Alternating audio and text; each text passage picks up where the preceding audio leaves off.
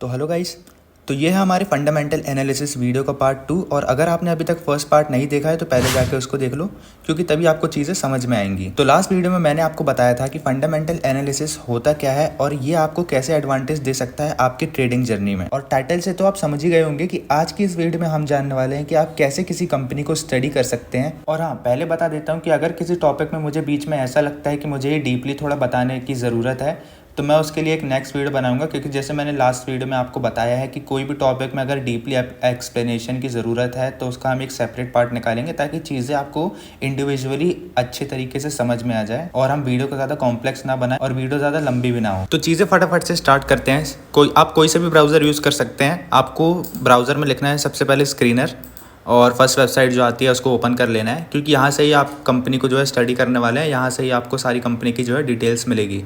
तो हम आ गए स्क्रीनर की वेबसाइट पे। यहाँ पे आपको सबसे पहले गूगल अकाउंट से लॉगिन करना पड़ेगा अगर आप फर्स्ट टाइम इसमें अगर आ रहे हैं तो ठीक है। तो यहाँ पे आप सबसे पहले आपको जौन सी कंपनी को एनालाइज करना है उसका नाम लिख लीजिए। मैं IOC इंडियन ऑयल कॉरपोरेशन, आपको पता होगा बहुत ही फेमस कंपनी है, उसको हम आज जो है स्टडी करेंगे। अब देखो कंपनी यहाँ पे खुल गई है, सारी डिटेल्स आ गई है। अब इससे पहले आप सबसे नीचे स्क्रॉल करो और नंबर्स पे जाओ। सबसे पहले आपको जो है कंपनी को जानना है कि कंपनी क्या है, क्या बनाती है, क्या करती है, क्या बेचती है, कहाँ बेचती है, कहाँ कहाँ कंपनी सिचुएटेड है। ये सारी चीज़ें आपको सबसे पहले कंपनी के बारे में जानना पड़ेगा, उसके बाद आपको नंबर्स पे आना है, ठीक है। अब ये आपको कैसे पता चलेगा कि कंपनी क्या है? अब ये तो फिलहाल जानी मानी कंपनी है। अगर आप कोई दूसरी कंपनी जो है सर्च कर रहे हैं और उसको पता नहीं है कि कंपनी क्या करती है, तो अगर आप इसमें नाम सर्च करोगे, यहाँ पे जैसे आपको ये नाम दिख रहा होगा इंडियन ऑयल कॉरपोरेशन, इसके नीचे ही आपको ये जो लिंक दिख रही है ये एक हाइपर लिंक है जो कि कंपनी की ऑफिशियल वेबसाइट है। इसमें आप जैसे ही क्लिक करोगे तो यहाँ पे आपको जो देख सकते हैं कि इंडियन ऑयल कॉरपोरेशन की जो है ऑफिशियल वेबसाइट खुल गई है। अब यहाँ पे आपको क्या करना है वो मैं आपको बताता हूँ। तो देखो वेबसाइट खुल गई है। सारी कंपनीज़ की वेबसाइट ऐसे ही सेम रहती है। अगर आप कोई दूसरी कंपनी की वेबसाइट खोल रहे हो तो आपको फ्रंट फेस देखकर ही समझ में आ जाएगा कि कंपनी क्या है और मेन प्रोडक्ट क्या है कंपनी का, ठीक है।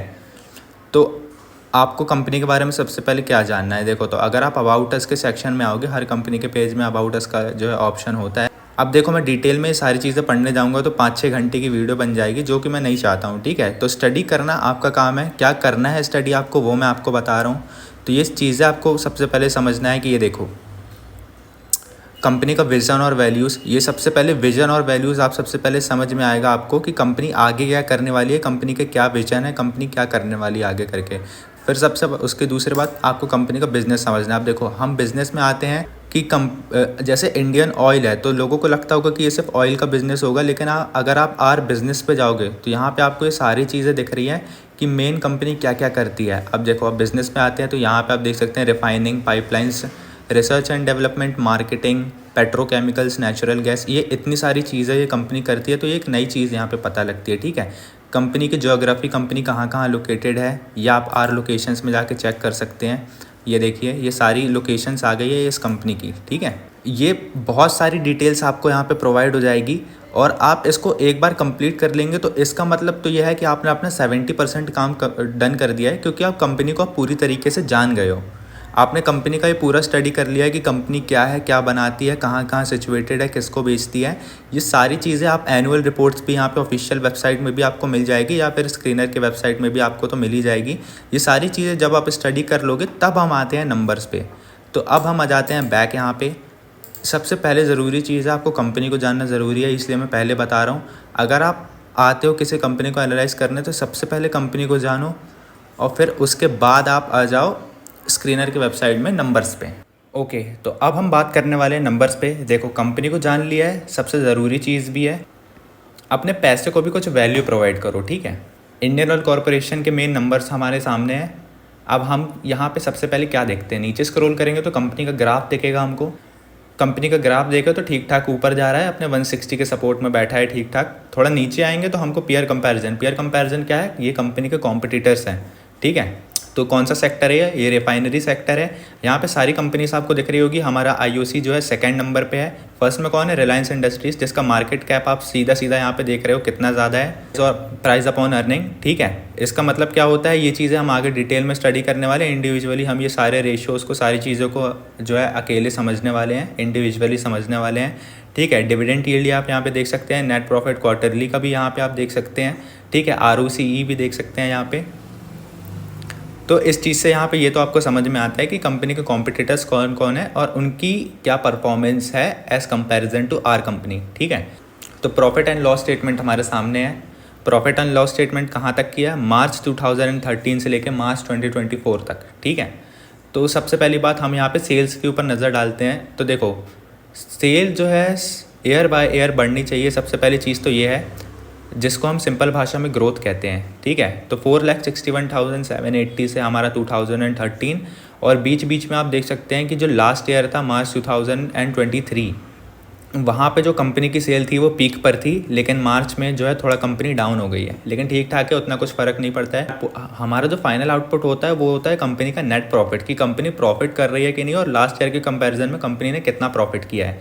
तो अब हम नज़र डालें 2013 से लेके तो लास्ट 11 साल का हम जो है यहाँ पर देख रहे हैं, तो 3,627 करोड़, ये करोड्स में दिया है यहाँ पे आप ऊपर देख सकते हैं। तो 3,627 करोड़ इसका जो है नेट प्रॉफिट था 2013 में। अब हम ईयर वाइज ईयर देखें तो यहाँ पे हम चल रहे हैं, और एक ईयर में अगर हम नज़र डालें यहाँ पे, जो कि हम मार्च 2020, आप सबको याद होगा कोरोना का टाइम था, इसी टाइम पे इसी महीने पे लॉकडाउन लगा था, और यहाँ पे कंपनी जो है -1800 करोड़ के लॉस में गई थी, यहाँ पे आप देख सकते हैं। अब लेकिन हम मार्च 2024 में आ जाएँ करेंट ईयर में, तो कंपनी जो है अच्छा खासा प्रॉफिट में है, 43,000 करोड़ के यहाँ पर प्रॉफिट में है कंपनी। ठीक है, तो ये चीज़ है, आपको स्टडी करना है। लास्ट हम आ जाते हैं बैलेंस शीट में। बैलेंस शीट में मैंने कल की लास्ट वीडियो में भी आपको दो चीज़ें बताई थी, रिजर्व एंड बोरोइंग आपको बताई थी कि इन दोनों का क्या मतलब होता है। नहीं पता है आपको तो आप जाकर मेरी लास्ट वीडियो देख सकते हैं। ठीक है, तो ये सारी चीज़ आपको पढ़ना है, कंपनी की लाइबिलिटी कितनी है, कंपनी के टोटल असेट्स कितने हैं, ये चीज़ हम आगे अपने वीडियोज़ में डिस्कस करने वाले हैं। अगर आपको इन सब का मतलब पता है तो स्टडी करने में आपको बहुत आसानी होगी। आप जैसे इस कंपनी का, हम जैसे कल हमने जो है एस कंपनी का देता था, तो जो कल हमने कंपनी का देखा था आज हम इस कंपनी का देख लेते हैं यहाँ पे। तो कंपनी की यहाँ पे हम सिंपली देख सकते हैं कि कंपनी की बोरोइंग जो है कंपनी के रिज़र्व से ज़्यादा है। कंपनी का रिज़र्व मतलब कंपनी का कैपिटल होता है, और रिज़र्व और जो बोरोइंग होता है वो कंपनी के ऊपर लोन होता है, मतलब कंपनी ने उधारी लिया है। तो हम यहाँ पर देख सकते हैं कंपनी का रिज़र्व जो है कंपनी की बोरोइंग से ज़्यादा है। तो इसका सिंपल सा मतलब है कि कंपनी अभी प्रॉफिट में है।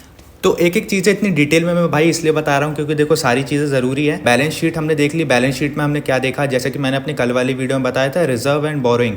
रिजर्व एंड बोरोइंग का मतलब अगर आपको नहीं पता है तो मेरी लास्ट वीडियो देख लो जाके, सिंपल से अभी एक बता देता हूँ। रिजर्व मतलब कंपनी का कैपिटल, बोरोइंग मतलब कंपनी ने जो उधार लिया है। तो हमने जैसे कल एक कंपनी का देखा था, हम इसका भी देख लेते हैं। तो कंपनी का जो रिजर्व है वो उसकी बोरोइंग से ज़्यादा है, तो ये एक पॉजिटिव साइन है कंपनी के लिए कि कंपनी का जो कैपिटल है वो उसके लोन से ज़्यादा है। अब हम नीचे जाते हैं तो यहाँ पे आपको कैश फ्लोज भी दिख जाता है। मैं सारी चीज़ें डिटेल में नहीं बताने वाला हूँ, जैसे मैंने आपको बताया हम सारी चीज़ें इंडिविजुअली समझेंगे कल की वीडियो में। आज मैं सारी चीज़ें आपको बता दे रहा हूँ कि आपको क्या क्या चीज़ें स्टडी करना है। अगर आपको पहले से आता है, ये सारी चीज़ें समझ में आती हैं, तो आप स्टडी करना जो है चालू कर सकते हैं। ठीक है, और हम देखने वाले हैं share holding pattern. Share holding patterns में आपको क्या समझ में आता है, प्रमोटर्स, जो कंपनी का मेन प्रमोटर है, ठीक है, ये कंपनी का मेन ऑपरेटर होता है, इससे ज़्यादा कंपनी की डिटेल्स और किसी को पता नहीं होती है कंपनी। ठीक है, इसके बाद FIIS और DIIS, ये दोनों का मतलब क्या होता है ये मैं आपको बता देता हूँ। ये फॉरेन इंस्टीट्यूशनल इन्वेस्टर्स होते हैं, और ये डोमेस्टिक मतलब जो फॉरेन इन्वेस्टर्स भी होते हैं कंपनी में, कुछ फॉरेनर्स भी जो है कंपनीज में इन्वेस्ट करते हैं। तो ये इसका मतलब वो होता है ये कितना परसेंट फॉरेनर्स ने जो है इन्वेस्ट किया है, और कितने लोग ने डोमेस्टिक मतलब जो अपनी ही कंट्री के लोग हैं उन्होंने जो है इन्वेस्ट किया है। फिर उसके बाद गवर्नमेंट की कितनी शेयर होल्डिंग है और पब्लिक शेयर होल्डिंग कितनी है इस कंपनी में, ये सारी चीज़ें हैं। प्रमोटर, फॉरेनर्स, डोमेस्टिक मतलब अपने ही देश के, गवर्नमेंट, और फिर उसके बाद पब्लिक। तो मेन जो है प्रमोटर शेयर होल्डिंग होती है। अगर आपको मैं एक चीज़ बता दूं, और ये अगर कम हो रही है तो ये एक नेगेटिव साइन है। क्यों नेगेटिव साइन है ये मैं आपको अपने आने वाली वीडियो में बताऊंगा। तो ये चीज़ें आप समझ सकते हैं, इनका मतलब बता दिया हूँ क्या होता है। प्रमोटर मतलब वही होता है जो कंपनी को मेन ऑपरेट करता है, कंपनी को प्रमोट करता है, कंपनी की ग्रोथ में मेन इसका ही हाथ होता है। ठीक है, तो एक एक पॉइंट हमने यहाँ पे डिस्कस कर लिया है। तो आज की इस वीडियो में इतना ही रखते हैं। आज की वीडियो में हमने देखा कि आपको कौन कौन से ऑप्शंस, मेन जो है मेजर ऑप्शंस है जो कि आपको स्टडी करना है फंडामेंटल एनालिसिस करते टाइम, कौन कौन सी चीज़ें आपको ध्यान में रखनी है एनालाइज करते टाइम। क्योंकि देखो एट द एंड पैसा ही आपको इन्वेस्ट करना है, इससे अच्छा पैसे को कुछ वैल्यू दो, एनालाइज करके पैसा डालो, अगर लॉस भी होगा तो कुछ चीज़ें सीखोगे ही। आज की इस वीडियो को यहीं तक रखते हैं। सारे टॉपिक्स के ऊपर इंडिविजुअली वीडियो आने वाली है, डिटेल में स्टडी करेंगे। ठीक है, आज की इस वीडियो में मैंने बेसिक चीज़ें बता दी है कि क्या क्या चीज़ें आपको ध्यान में रखनी रहती है। आने वाली वीडियोस में हम और अच्छे से पढ़ेंगे। तब तक ऐसे ही मेहनत करते रहो, बाकी आप खुद समझदार हो। मैं मिलता हूँ नेक्स्ट वीडियो में। Bye bye.